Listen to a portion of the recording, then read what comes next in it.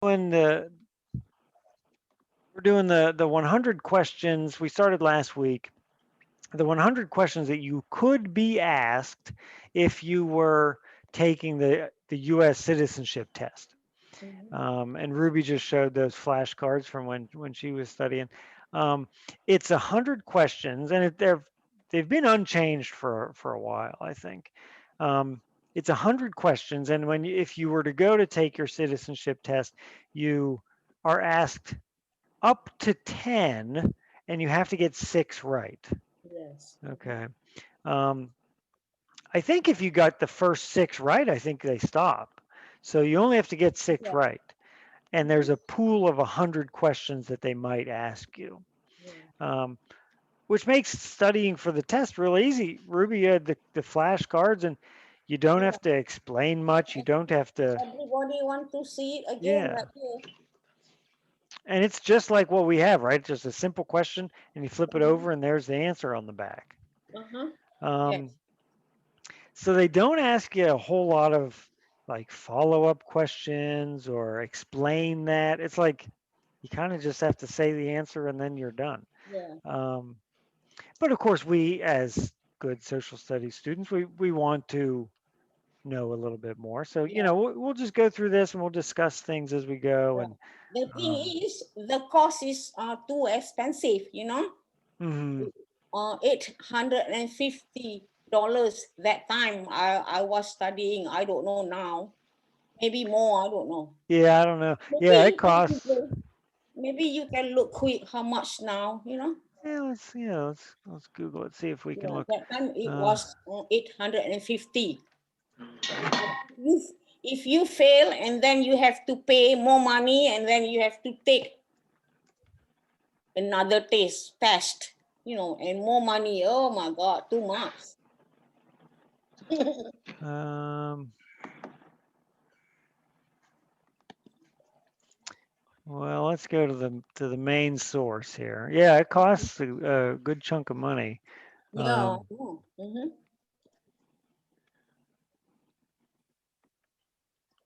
well, this is like U.S. Citizenship and Immigration Services.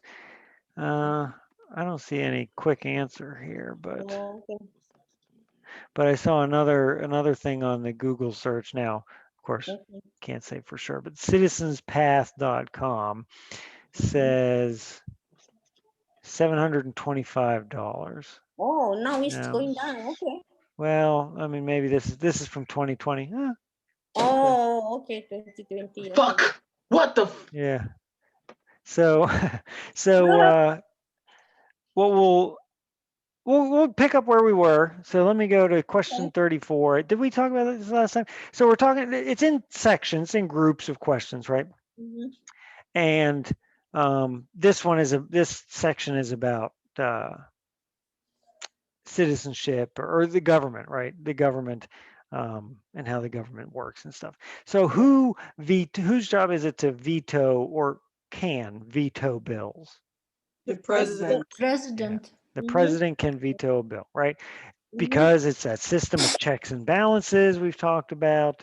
Um, Congress, the legislative branch, passes a law, but then the president, the executive branch, also plays a part in that. And if the president doesn't agree, they can veto, right? Mm-hmm. Okay, let's see. What does the president's cabinet do? Cabinet. Mm.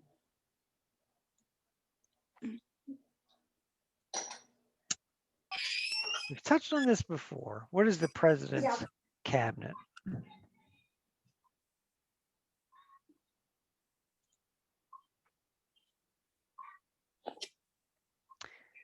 It's a list of people, right? And the next question actually, we'll go into that too.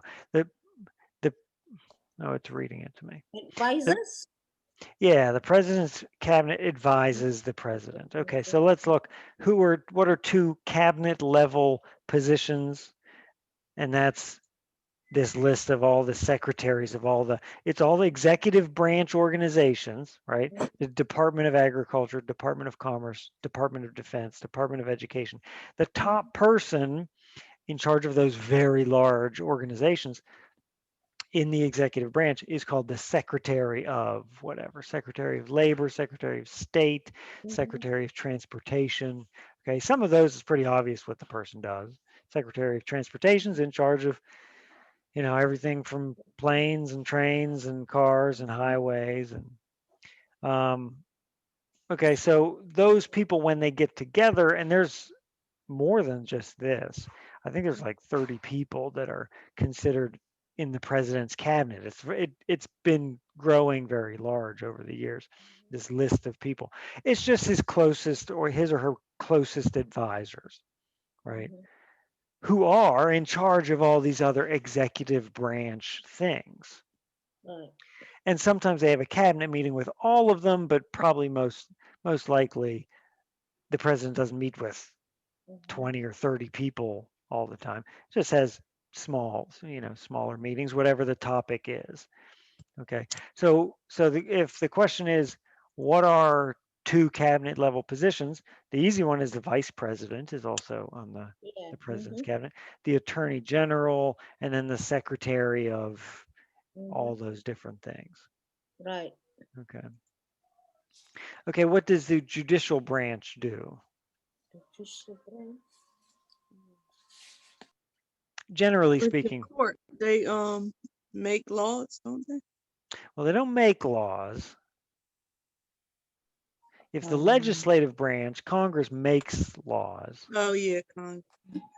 They They enforce the they hear probably hear different and say whether it's constitutional.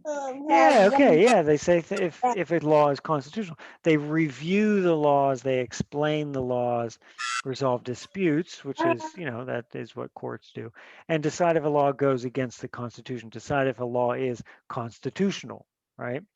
If a law was passed, um, well, there was one that was in the news in May that, it is a good example of like the changing world we live in. A girl, I think from Pennsylvania, um, got online, Instagram, Twitter, I forget what, and just said some nasty things about her school and the cheerleading team that she was on at school. And so the Supreme Court took up this case, and I think they've heard the case, but they haven't decided because they hear it, but then they take sometimes months to make the decision. And the question is this girl allowed? Does she have do her First Amendment rights give her the right to say nasty things about her school? Okay. If she were just talking to friends at home over the phone, we would say, yes, she definitely does. If she were sitting in class and the girl, she used a bunch of F words, right? Some pretty nasty language. If she were sitting in school and she started saying terrible things about school, we would say she's being disruptive and she doesn't have, the school has a right to kind of overrule her First Amendment rights of free speech, right? If she were sitting in class. That is decided. But now with Twitter and everything, we kind of live in this middle world where it's disruptive as if she was sitting in class. She was sending this message out to all her classmates, but she was at the time she was sitting, I think, at a cafe. So the Supreme Court has this decision. They have to review and explain the laws, interpret the laws, especially when things change, when the world changes, when technology changes, and the way we live life changes. The Supreme Court steps in and says, okay, well, we have these laws. This girl, everybody has First Amendment freedom of speech, but they've established that schools do have some right to control what kids say in school that are being disruptive, right? So it's going to be interesting to see what the Supreme Court does. People are really watching this case to see what are they going to do, because I don't know if it should be up to the Supreme Court, but it's going to be up to the Supreme Court to decide this new world we live in with Twitter and Instagram and messaging to the whole world instantly from no matter where you are, they're gonna have some interpretation and Mhm. decide if it's And constitutional. and also, what you said about that, I was going to say that talking about Facebook and Instagram, people's life is on Facebook, TikTok, and Instagram, Yeah. Facebook, Twitter, Skype. Hmm. Yeah. You So I you mean, are you? Let me now TikTok. You ever heard of TikTok? That's like Instagram and Facebook. yeah, yeah. TikTok, Facebook. That's what I'm talking about. Hmm. Skype. Yeah. I know. So like 10 years ago, when these Yeah, things were out, but they weren't super popular, you could say, well, that's different than real life. But today, like that is part of life. You can't deny that that's a part of everybody's living experience, which is different. It's different than it was 50 years ago, 100 years ago, 300 years ago. So, do our laws have to change? Certainly, we need the Supreme Court to step in this moment and explain and interpret how the laws apply to this changing situation. I think it's kind of interesting. So that is a long answer to the question of what does the judicial branch do? People say they interpret the laws. They don't make new laws. Mhm. They can strike down laws if Mhm. somebody passed a law that says you can't on Instagram or TikTok you can't make a message about your school, right? If the state of Pennsylvania said, kids under the age of 18 can't talk about their school, well, obviously that's unconstitutional, right? It goes against that strict law goes against your First Amendment freedom of speech. So they can't make laws, but they can kill laws. They can shoot them down, you know. So that's the judicial branch. Okay, easy question. What is the highest court in the United States? The Supreme Court. The Supreme Court. Okay. Mhm. When they make a decision, that's it. That's the end of it. You may not like it, but Right. if you're going to follow the laws, you have to follow what they do. Right. And they not everybody that asks to get their case to the Supreme Court is successful. Mhm. They hear, they take on about 100 cases a year, and it's not like it's a long court case.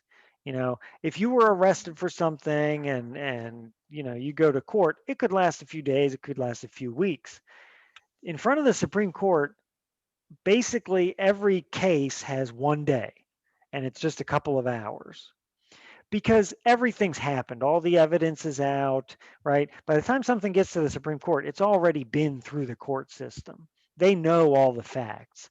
Now they just have to make a hard, challenging decision in a challenging situation. So there's no witnesses called. It's just the lawyers presenting the information and presenting their best argument. It takes a couple of hours.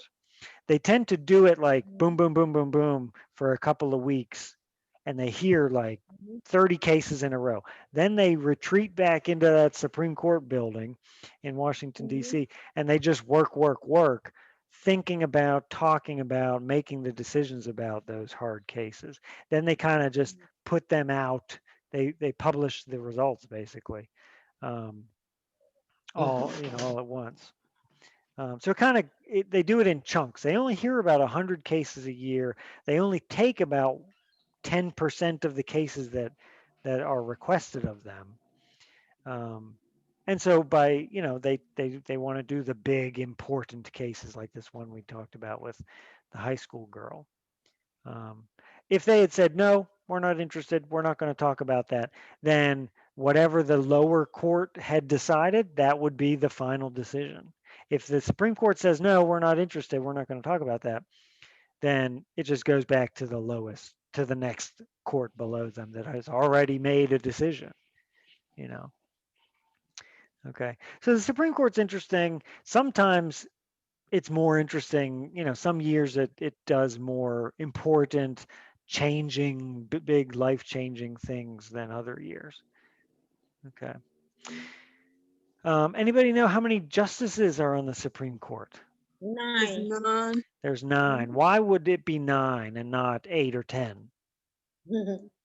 Ooh, good Because question. probably because in a like when they decide and what is lawful or what can pass, when they making a decision, they probably want an odd number. So it Mhm. won't, if it's even, then they would need somebody to break that tie.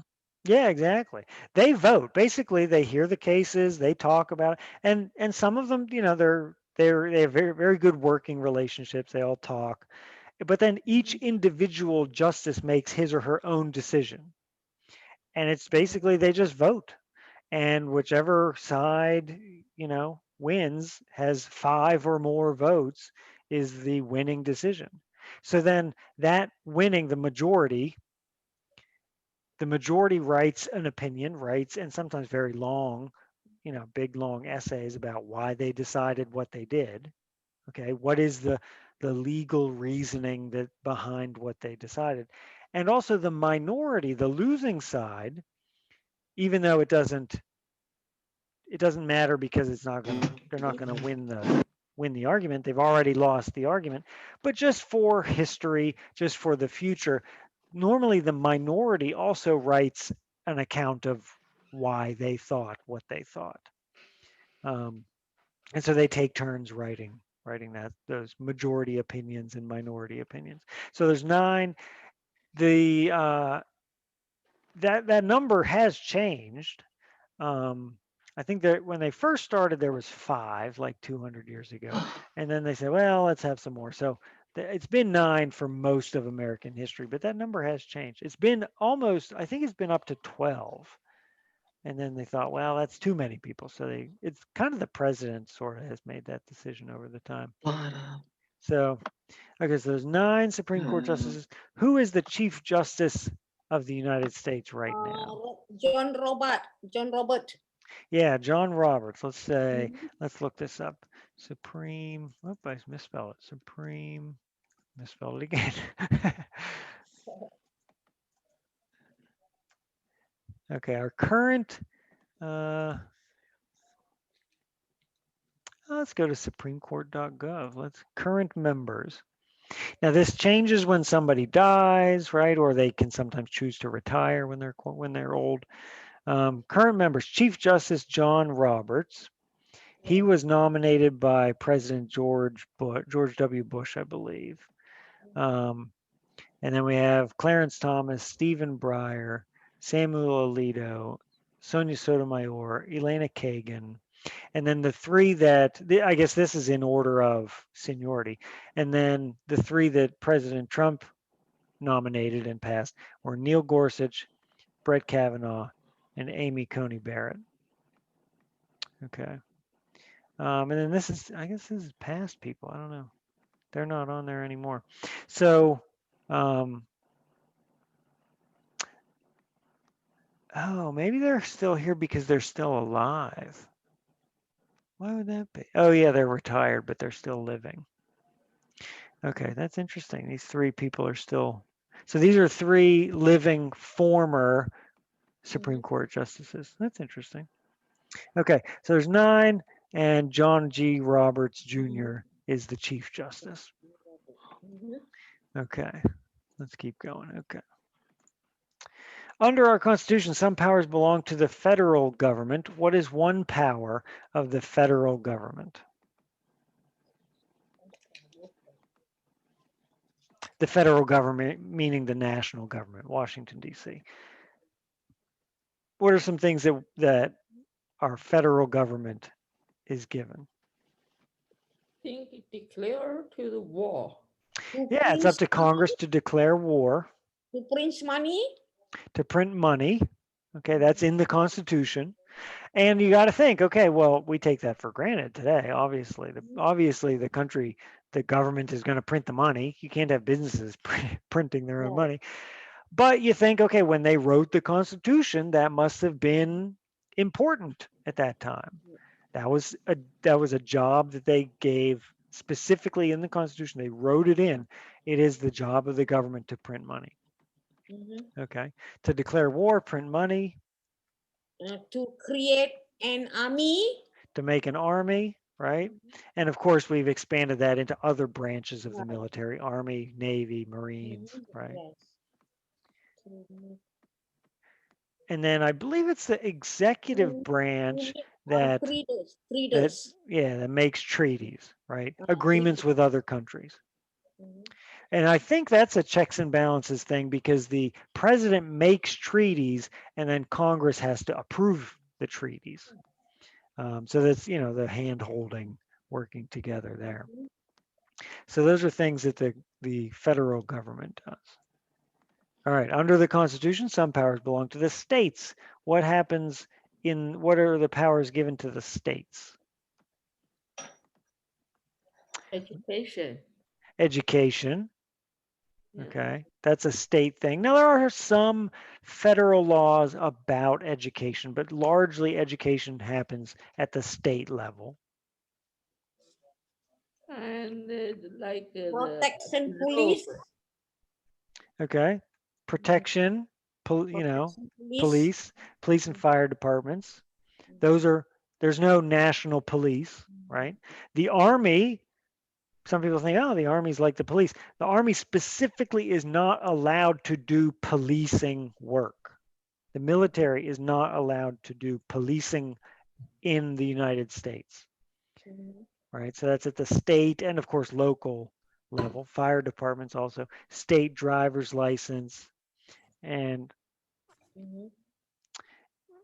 and approving zoning and land use. These are local things, state things. These are things that make sense in a big country where every state is so different. They do it at the state level because Pennsylvania is very different than Massachusetts, very different from Florida, right? Mhm. Okay. All right. Who is the governor of our state? Wolf. Anybody know? Yeah, Tom, Tom Wolf. Tom. Let's get a picture of Governor Wolf. Tom Wolf. He's a Democrat since 2015. Mhm. Okay. Governor Wolf.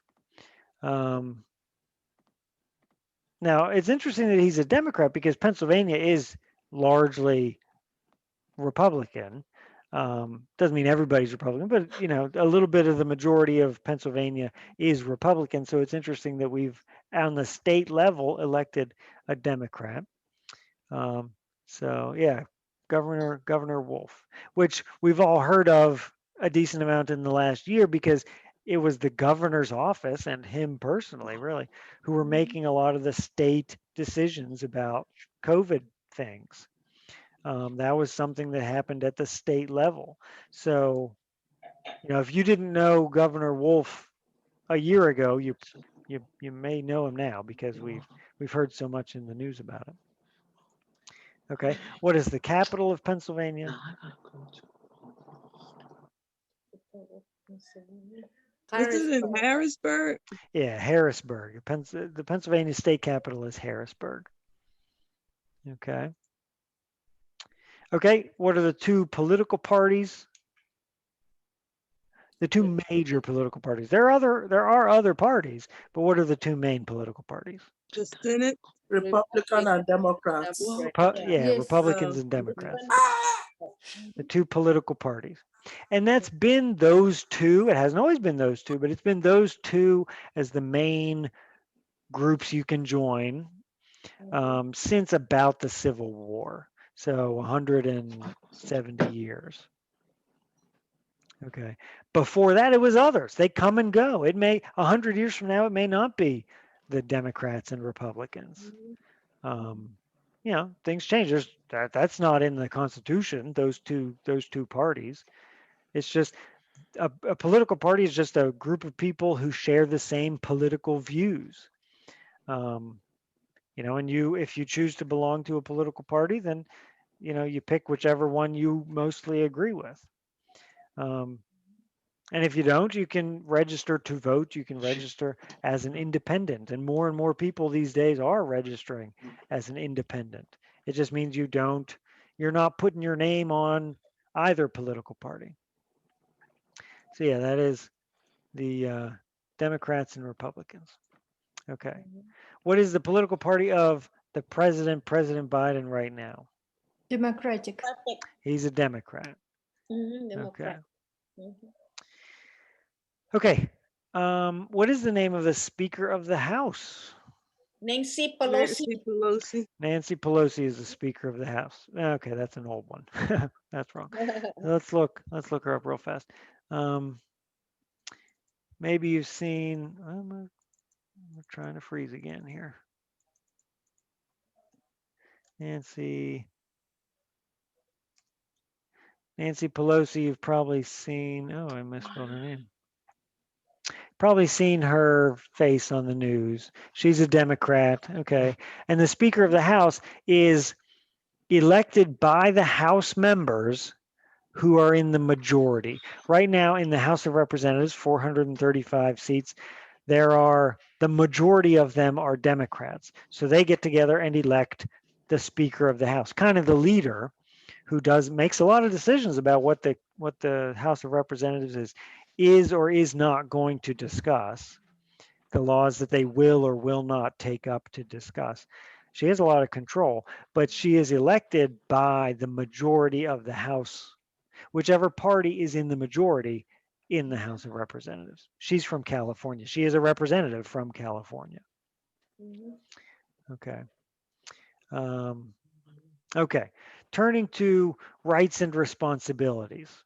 Okay, new part. Now this is about us as citizens. Getting new citizens that are taking this test to think about the rights and responsibilities of citizens. So there are 4 amendments to the Constitution about who can vote. Describe one of them. The 18 years old. Citizens. 18 years old. Natural born citizens. Citizens, American citizen. You have to have citizenship. Well, that's a given. Yeah, that's not.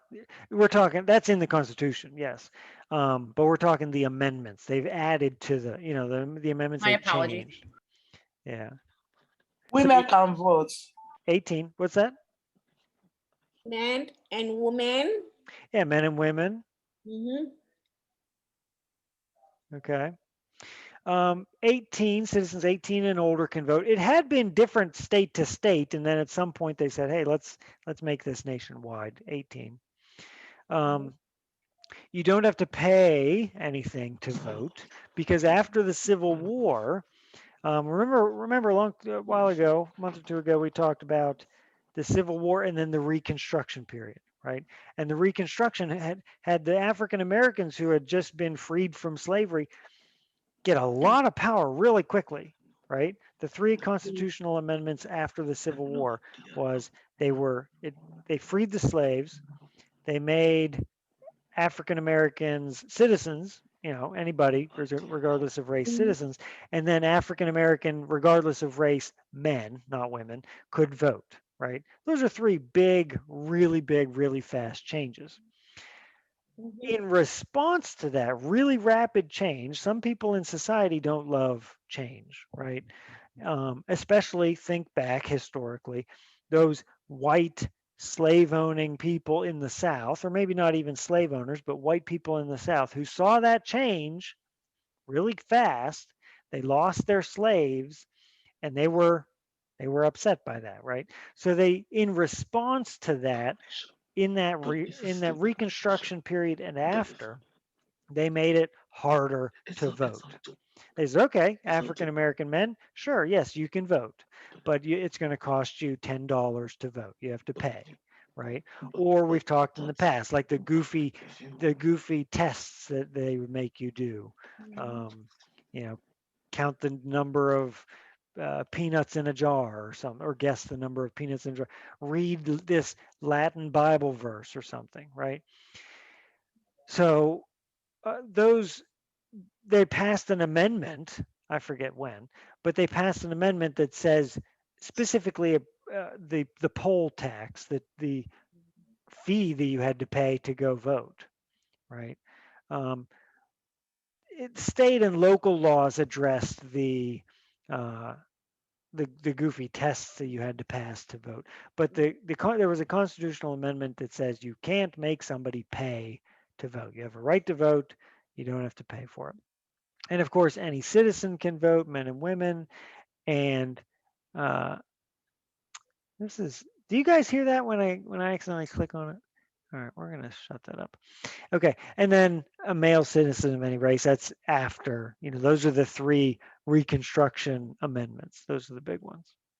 Okay. What is one responsibility that is only for United States citizens? Serve on a jury. Okay, to serve on a jury in your courthouse. Right. Vote in a federal election. Right. Okay. So you can't, obviously, we all know you can't vote unless you're an American citizen, right? Right. Immigrants are here, they're contributing to society, they're living everywhere, but you can't vote unless you're a citizen. And something that doesn't come up nearly as often, you can't serve on a jury. Now, I've waited years. I've never been called for jury duty. I would love to go do it. It would be interesting. You get you get out of work for a little while, and you go do something. Take I part want in. you. I They want didn't. They you. never I want you to sent know. you. Now I want you to know that I went for jury duty. Oh, really? Yeah, yeah. I didn't go in for a jury. The lady said, I'm sorry, we don't have any room for other people. Just enjoy the rest of your day. We have a lot, we have too many cases, so enjoy the rest of your day. So unfortunately I didn't go. But let me Yeah, ask you, yeah. You but let, don't necessarily do it. You just but let me ask you but let me might. ask you this. Can you apply for jury duty? That's a good question. I don't like volunteer to do. I don't know. I don't think so. Maybe. Did they ever send you a letter to do jury duty, Matt? Yeah, they selected you, I No, think. I've Did never they gotten a letter. select My You you? wife's never gotten. got selected. I've never done. I'm Some registered people to do. vote. Some, yes. Some people That's get great. selected. Some people don't. The Some way. people get selected more than once. Oh, my wife's Yeah, I gotten got like 6 selected times. a Yeah. few times. You can write a letter if you have special circumstances, and you cannot perform that civic duty. You are able to write a letter pleading your case of why you cannot serve. Let's just say you believe no one should ever be proven guilty, right? Just imagine that that's the scenario, and that in your unbiased opinion, you would end up being biased. They'll take you off the jury list. Right. Yeah. There's actual. Yeah, and then of course, I mean, it's easy. My wife always says, "Well, I don't have childcare." Well, now our kids are getting older, and that childcare is not a concern, but she just doesn't want to do it. I'm saying I'd love to. I'd go do it, but yeah, Wow, I the don't know. person who want to do it won't get the I letter. know. Good Got thing most many of people do them. not want Yeah. to do Like, it. Never heard. Well, it's And a like, very hard thing. Like, you have to imagine you are part of a jury. So therefore, even religiously, if you don't feel that you should be the person in charge of judging another person, like say it may go against your religious beliefs, because you believe that's up to the Almighty and the Creator alone, that's not man's job, you can also write the letter according to that. right. Yeah. My husband has one time he went to the jury duty. Yeah. So that is a responsibility. And I think, they put that in the Constitution, and you can think back historically, okay, why did they choose that? They could have said, as much of the rest of the world at that time was, much of Europe, certainly England, France, they didn't do jury trials in front of a jury. If you were if you were accused of a crime, you would go in front of a judge or maybe 3 judges, and you do the lawyer and the witnesses and everything, but it would be just the judge making a decision. And they, inventing this new country in 1787, they said, we're going to have, when people are accused of crimes in this new United States of America country, we're going to have them tried by their peers, right? This is what we always say. Tried by everyday citizens, equals in your community. It's supposed to happen like in your town, in your county, right?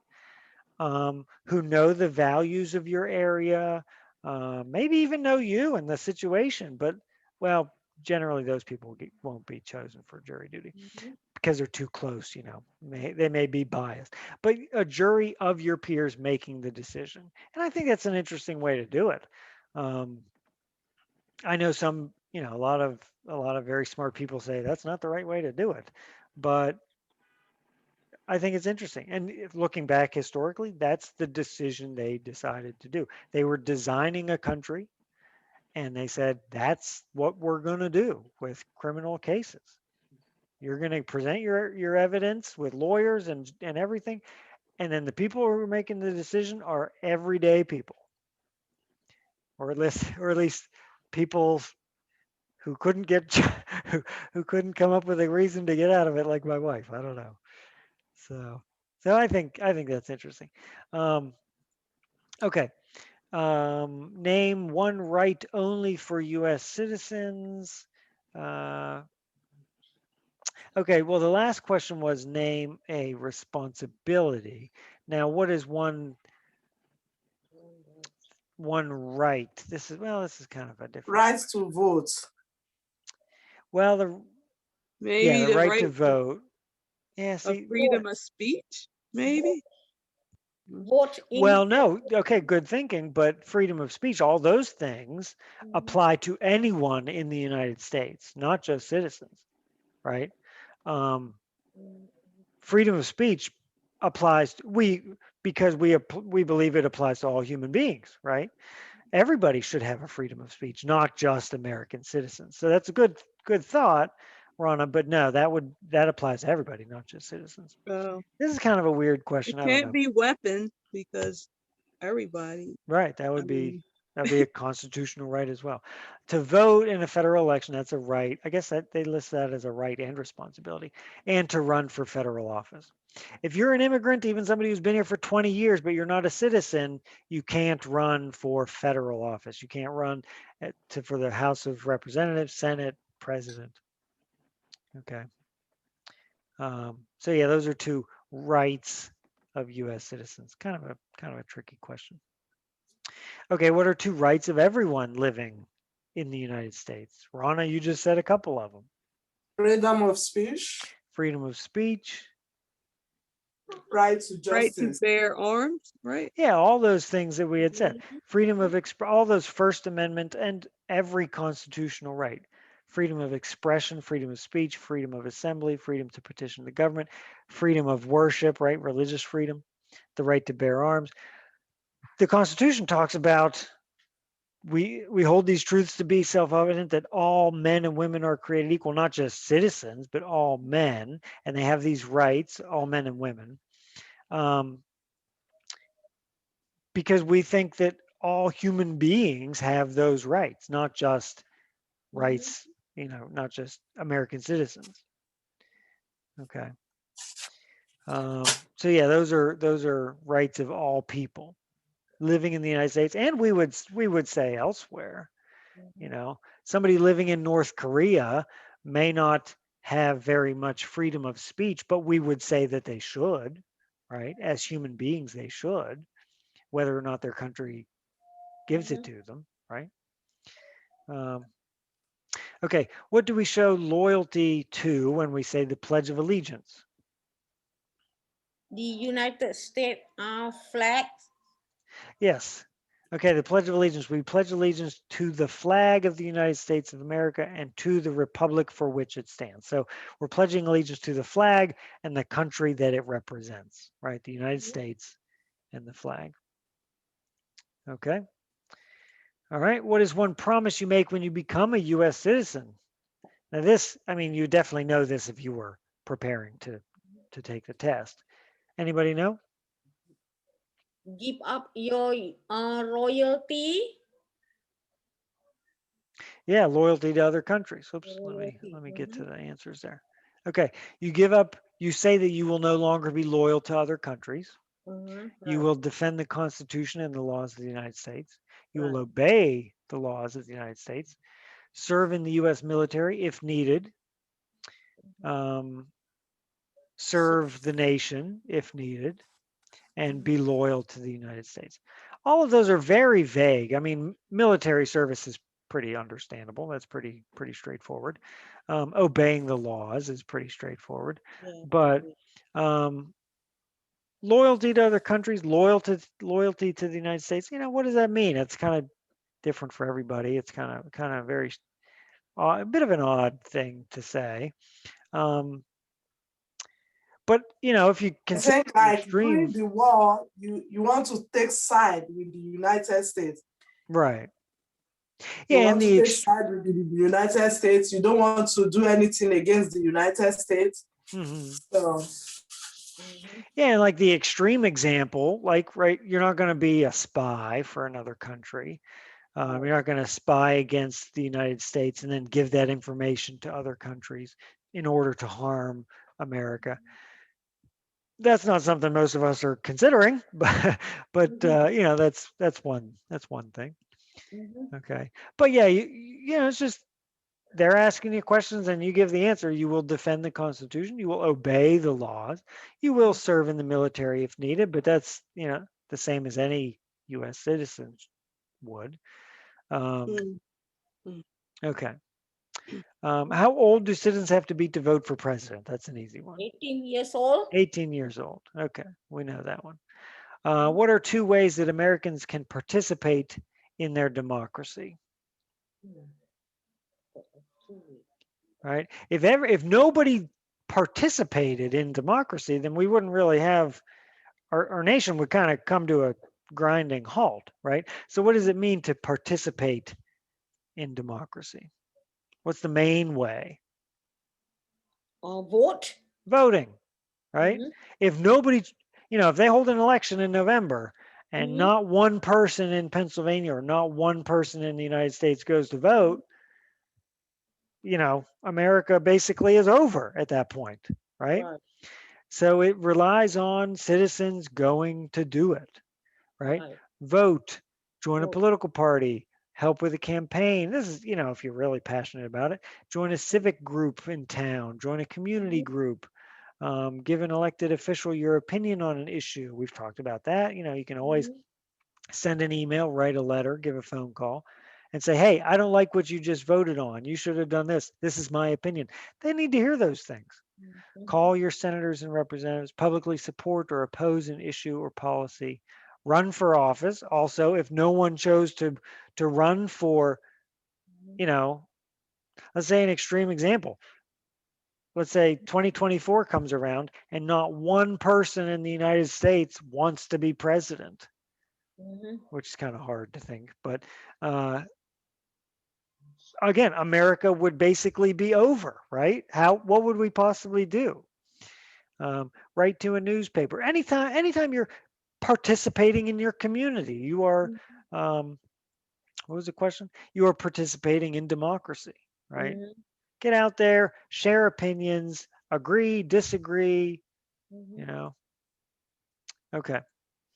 When is the last day? This is some pretty specific. This is very easy. Yeah. April 15. April 15th, right? The last day you can send in your federal income tax form. Now they changed it last year and this year. This year they bumped it to May, I think May 15th.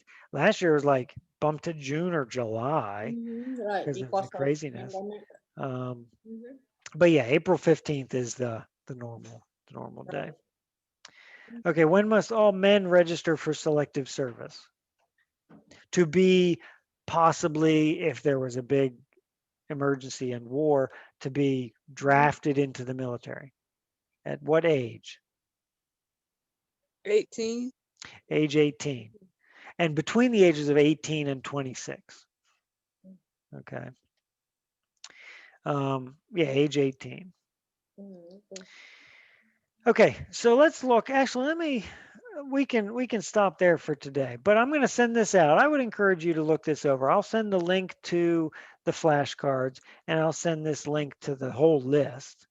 It's the same information. right? If you were to ever take or know somebody who's going to take the citizenship test, this is how you study, right? We're going into detail, but like to pass the test, you don't have to go into detail. You just have to give these answers. But I'll share this. I would encourage you to go over it. We got up to 57 here. So the next part is American history. And you can see colonial period and independence, who lived in America before the Europeans arrived, Native Americans.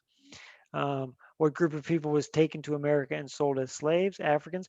This is, from some people, if you grew up in another country, this might be news to you, right? This is an opportunity for people to learn. We've talked endlessly about slavery and the history of slavery and how it continues to impact the world we live in, right? But if you're unfamiliar with American history, this is encouraging people to learn a little bit about it, right? So lots about our country. Here's the 1800s, recent American history. Okay. This is one. Name one American Indian tribe in the United States. I bet you there's a lot of people who couldn't name one, but here's probably 20 of them. Yeah. Little bit of geography, some rivers, oceans. Name one U.S. territory, right? Just like when they were expanding westward from those original 13 colonies, as the nation grew, they didn't always just turn it, boom, state, state, state. The new land would become a territory and then become a state. Well, today we still have these 5 places that are U.S. territories. They've never become states. Maybe they will, maybe they won't. Every once in a while, especially Puerto Rico. I think Puerto Rico, not too long ago, within the last 10 years, voted on whether it wanted to become a state. And I think they voted no, if I'm not mistaken. So they're territories. They are U.S. territories, but they're not states. Okay. Right. Name a state that borders Canada. Name a state that borders Mexico. Where is the Statue of Liberty? And then, of course, the symbols. Why does the flag have 13 stripes? Why does it have 50 stars? What's the name of the national anthem? When do we celebrate Independence Day? July 4th, right? That is the anniversary of the signing of the Declaration of Independence. So it is our Independence Day. Okay. So these are things that if somebody's coming into the United States, maybe they know a lot about this. Maybe this is all new to them. But this is kind of like the bare minimum that we want somebody to know in order to participate in this whole American society, right? There's a lot more you can always learn. This is just 100 questions. Some of them are, you could say aren't that important. Where is the Statue of Liberty? I don't think, you don't need to know that to be happy in the world. But I think it's interesting, and there's always more to learn. But I'm glad we had a chance to go over this. Now we only got about a little past halfway. Next week is our last week before we'll take a break for June and July. Okay. Or I guess we're in June, halfway through June. July and August, I think is the plan. And of course, Distance Learning Project will send out emails when we're ready to start back up again. Next week, as our final week, we will go over a lesson that I have that I really like about social studies graphics, maps and charts and all kinds of stuff, and it's good. Okay, so I'll share this. Any questions as we wrap up? Okay. Oh, you did good job. Yeah, okay. All right, well, good. I apologize that my computer was not ready to play along today. It even started up much more slowly than it normally does. So, I don't know what the problem was. So, but we got it figured out. So thanks for logging in. Have a good week, and we'll talk to you next week then. You too. Thank Thank you. you. Bye. Bye. All right, see you, everybody.